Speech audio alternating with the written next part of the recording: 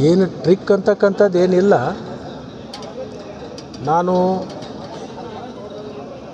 ಭಾರತೀಯ ಜನತಾ ಪಕ್ಷವನ್ನು ಬಿಟ್ಟು ಕಾಂಗ್ರೆಸ್ ಪಕ್ಷವನ್ನು ಸೇರ್ತಕ್ಕಂಥ ಸಂದರ್ಭದಲ್ಲಿ ನಾನು ಅವತ್ತಿನ ಅಧ್ಯಕ್ಷರಿಗೆ ಮತ್ತು ಇವತ್ತಿನ ಮುಖ್ಯಮಂತ್ರಿಗಳಿಗೆ, ಇವತ್ತಿನ ಉಪಮುಖ್ಯಮಂತ್ರಿಗಳಿಗೆ ನಾನು ಕರಾರುವಕ್ತವಾಗಿ ನಾನು ಪಕ್ಷವನ್ನು ಸೇರ್ಪಡೆ ಮಾಡಿದ್ದೆ. ಕೆಲವೊಂದು ಯೋಜನೆಗಳು ಏನು ನೆನಗುದಿಗೆ ಬಿದ್ದಿದ್ದಾವೆ, ಆ ಯೋಜನೆಗೆ ನೀವು ಸಹಕಾರವನ್ನು ಕೊಡಬೇಕು.